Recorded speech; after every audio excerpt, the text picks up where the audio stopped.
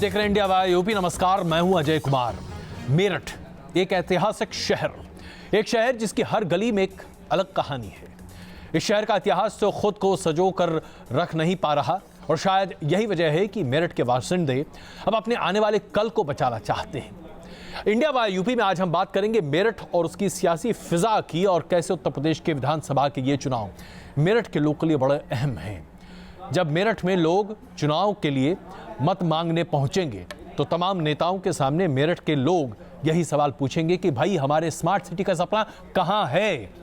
दिल्ली और देहरादून जैसे शहरों को जोड़ने वाला मेरठ हमेशा स्मार्ट सिटी बनने का सपना अपने दिल में संजोए रखा, लेकिन क्या वाकई में मेरठ का सपना पूरा हो पाएगा?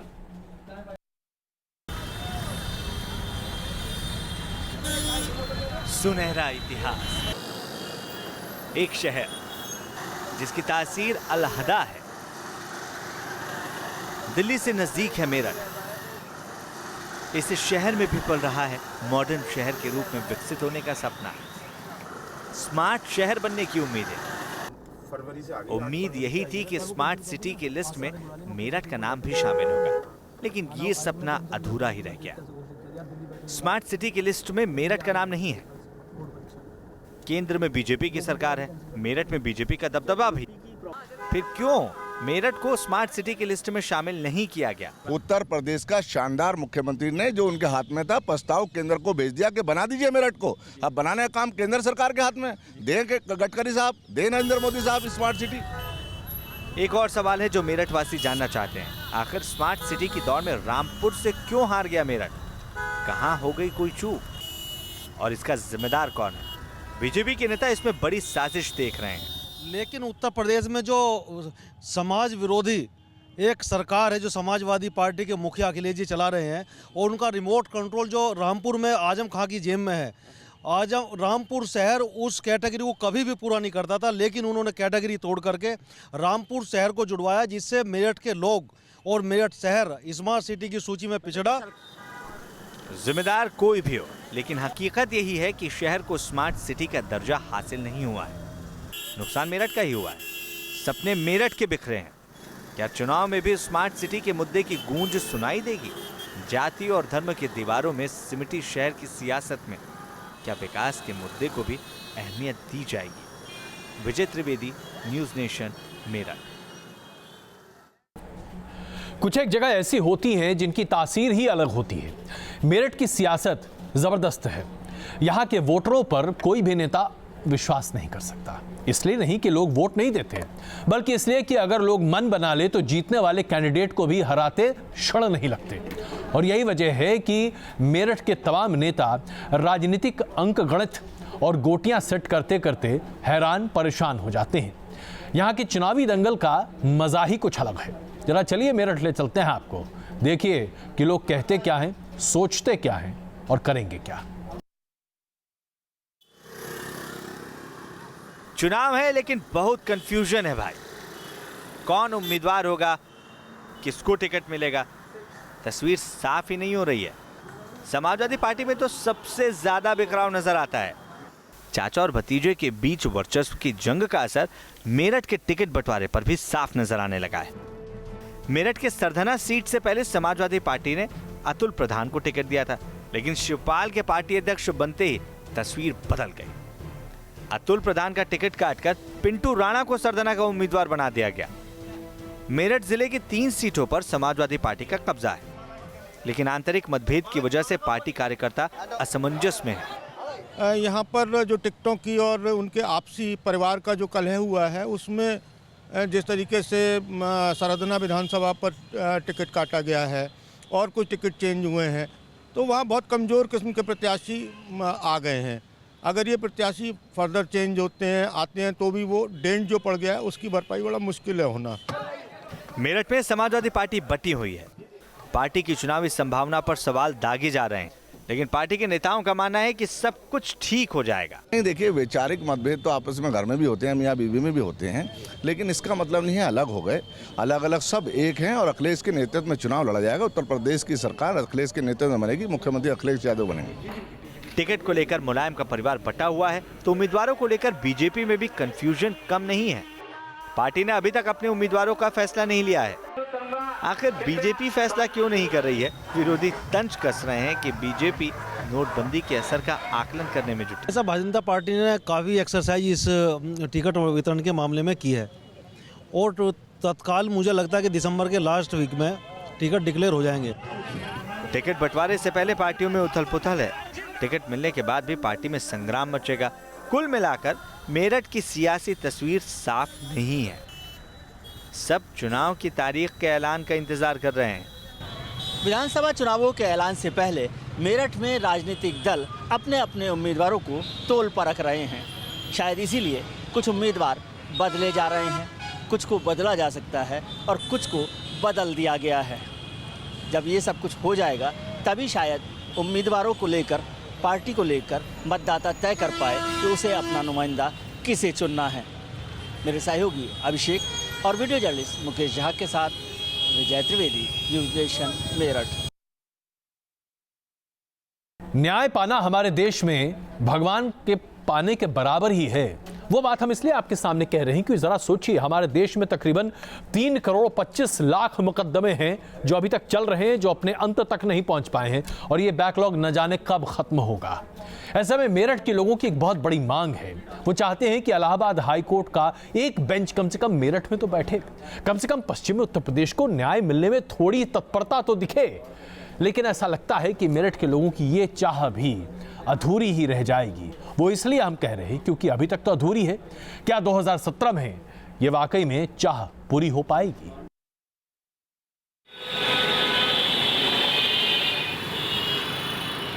कई देशों से बड़ा है उत्तर प्रदेश, पश्चिमी यूपी का केंद्र है मेरठ। लेकिन कोर्ट कचहरी के बड़े मामलों के निपटारे के लिए मेरठ वासियों को रुख करना पड़ता है इलाहाबाद का। 60 साल पुरानी है मेरठ के लोगों की हाई कोर्ट बेंच की मांग, लेकिन आज तक ये मांग पूरी नहीं हो पाई है। हमारी वकालत फेल नहीं है, हमारा काम आंदोलन चलाना है, अपनी मांग रखनी है और हमने अपनी मांग रखी। पूरे उससे पुरजोर से हम अपनी मांग अपने रखे हुए हैं। आंदोलन को हम गति दे रहे हैं, आंदोलन चला रहे हैं। यहाँ से इलाहाबाद 650 किलोमीटर पड़ता है। हम लोगों की, जहाँ हम यहाँ बैठे हैं, यहाँ से 6 हाई कोर्ट नज़दीक हैं हमारी अपनी हाई कोर्ट से। हम लोगों को, गरीब आदमी वहाँ जा नहीं सकता, वहाँ रह नहीं सकता, वहाँ जाके अपना मुकदमे की प्रॉपर पैरोकारी नहीं कर सकता। 1956 में यूपी विधानसभा से मेरठ के लिए हाई कोर्ट बेंच का प्रस्ताव पास हुआ था। अरसा गुजर चुका है। कोर्ट परिसर के बैनरों में ये मांग तो जोर शोर से उठती है, लेकिन जनता के बीच इस मांग को क्या समर्थन मिलता है? वकीलों के साथ हर पब्लिक का हर आदमी तैयार है। जब भी हम बंद करते हैं, 2001 में ऐतिहासिक बंद हुआ, पूरे वेस्ट यूपी की सभी व्यापारी वर्ग ने हमें सपोर्ट किया। अब भी जब हम कॉल करते हैं, पूरा वेस्ट का, चाहे जन मानस, चाहे किसान हो, मजदूर हो, सब हमारे साथ। हाई कोर्ट बेंच की मांग पुरानी है। पश्चिमी यूपी में ऐसा कोई भी शख्स नहीं होगा जो इस डिमांड का समर्थन नहीं करता है। लेकिन सियासत का चक्रव्यूह ऐसा है कि ये मामला कहीं न कहीं फंस जाता है। केवल 2 लीडर जो है पश्चिम के, मायावती जी और अजीत सिंह, वे खुल के जो है बेंच के समर्थन में खुल के वे कह रहे हैं। मुलायम सिंह यादव प्रदेश विभाजन की तो छोड़िए, वो ये भी कहते हैं नहीं, मैं हाईकोर्ट बेंच के पक्ष में नहीं हूँ, इसलिए वो केंद्र को कोई भी प्रस्ताव देने के लिए तैयार नहीं है। तो इस स्थिति में कैसे आ सकता है? जब हम जो है यहाँ एडवोकेट हुए थे, हमारे भी बाल जो है काले थे, आज सफ़ेद हो गए और नई पीढ़ी आ गई, हमारे बच्चे भी अब एडवोकेट हो गए। लेकिन संघर्ष बराबर है, हिम्मत ना हारी, ना हारेंगे, लेके छोड़ेंगे जी हाई कोर्ट बेंच। मांग पुरानी है, न्याय व्यवस्था में विश्वास है, समाज को न्याय दिलाने की लड़ाई लड़ते हैं एडवोकेट। लेकिन अपनी लड़ाई में जीत हासिल करने के लिए ये सालों से संघर्ष कर रहे हैं। सफलता की उम्मीद कम है, लेकिन एक दिन जरूर कामयाब होंगे, ये हौसला आज भी जिंदा है। मेरठ से विजय त्रिवेदी के साथ टीम न्यूज़ नेशन। दिल्ली से सटे होने की वजह से मेरठ की अहमियत कुछ अलग ही है। इसलिए नहीं कि राजनीतिक तालमेल बैठता है, इसलिए क्योंकि उद्योग और धंधा बड़े पैमाने पर आगे बढ़ता है। अब नोटबंदी के इस माहौल में जहां पर उद्योग धंधा लगभग चौपट होता दिखाई दे रहा है, कामगार जो हैं उनके पास काम नहीं है, रोजगार के लिए लोग तरस रहे हैं क्योंकि पैसे नहीं मिल पा रहे। ऐसे में मेरठ की जनता नोटबंदी पर क्या विचार कर रही है? क्या वाकई में मेरठ की जनता प्रधानमंत्री नरेंद्र मोदी के इस सुनहरे सपने के साथ है, या अब सपना खट्टा होता जा रहा है? नोटबंदी सरकार का सबसे बड़ा आर्थिक फैसला है। और इसका असर देश के हर शहर में दिख रहा है। मेरठ में भी लोगों को वही परेशानी है। कैश की किल्लत है, कतार में जनता खड़ी है। 2000 के लिए पूरा दिन बर्बाद हो रहा है। 24,000 रुपए तक नहीं, 2000 दे रहे हैं आज। 2000 का नोट दिया जी, कल 4 दिए थे, आज 2 दिए हैं। 2 घंटे हो गए लगे हुए, 2000 रुपए मिल रहे हैं। बताओ क्या करें इसमें। अगर एक बार में 24,000 रुपए दे दें तो एक हफ्ते के लिए आदमी घर बैठ जाएगा आराम से, लेकिन सुबह 6 बजे के लगे हुए हैं, अब 1 बजे 2000 रुपए मिले हैं। अब तक धर्म और जाति के मुद्दे मेरठ की सियासी तकदीर तय करते आए हैं। नोटबंदी का मुद्दा नया है और इसका असर व्यापक। नोटबंदी की सियासत का कितना असर होगा मेरठ की सियासत पर? नहीं, एक्चुअल में ऐसा है, अगर इसके पॉजिटिव पॉइंट पर वो देखेंगे और व्यवस्था बन जाएगी तो तब हम इसे मान लेंगे कि हाँ भाई जो उनका कदम आया वो सही आया। अदरवाइज तो अगर ऐसी प्रॉब्लम अगले 3-4 महीने तक चलती रही तो वाकई एक सोचने बिंदु हो जाएगा गवर्नमेंट के लिए। बड़े बड़े दुकानदार हैं, उनको उनकी उसमें क्या बोलते हैं, घर पे ही पैसे पहुँच रहे हैं उनके। कुछ के नाम तो मैं बता दूंगा आपको, और हम परेशान हैं, छोटे दुकानदार। काले धन के खिलाफ नोटबंदी के फैसले का स्वागत तो हो रहा है, लेकिन इसके असर से लोगों की परेशानी बढ़ी। नोटबंदी के फैसले का असर उस तबके पर भी हो रहा है जिसे बीजेपी का कोर वोट बैंक माना जाता है। छोटे कारोबारी परेशान हैं, लेकिन क्या उनकी नाराजगी बीजेपी के खिलाफ वोटों में तब्दील होगी? मीडियम क्लास और उसके ऊपर का क्लास लें, लोअर मिडिल क्लास तक लें, तो वो ये कहते हैं कि विकल्प क्या है। उनका एक सवाल है कि विकल्प क्या है। ठीक है, नोटबंदी को लेकर लोग बहुत दुखी हैं, लेकिन अंत में आके वो एक ही सवाल पर अड़ जाते हैं कि विकल्प क्या है। मेरठ में मुद्दे तो बहुत हैं, लेकिन कौन सा मुद्दा हावी रहेगा फिलहाल ये कहना मुश्किल है। लेकिन जानकारों का यही कहना है कि अगर नोटबंदी का असर कम नहीं हुआ तो ये सब मुद्दों पर हावी हो सकता है। विजय त्रिवेदी, न्यूज़ नेशन, मेरठ। 1857 में मेरठ ने हिंदुस्तान के आज़ादी के इतिहास में एक अहम अध्याय निभाया था। मेरठ के लोगों का जज्बा उसी से आप समझ जाइए कि क्या है। बड़े ही मिलिटेंट टाइप के लोग होते हैं यहाँ पर, लेकिन जैसे ही नेता दिखाई देते हैं मेरठ वासी एक अलग भाषा में बात करने लगते हैं और नेताओं को वाकई में लपेटना भी मेरठ वासियों को ही आता है। आइए आपको ले चलते हैं उनके बीच, ये समझने के लिए कि ये कैसे होता है, ये नोक झोंक क्या है।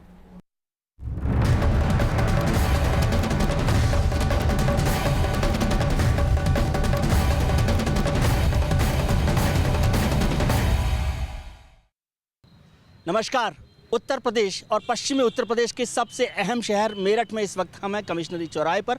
मेरठ जो है उत्तर प्रदेश की राजनीतिक नब्ज को पहचानने का सबसे अच्छा थर्मामीटर माना जाता है।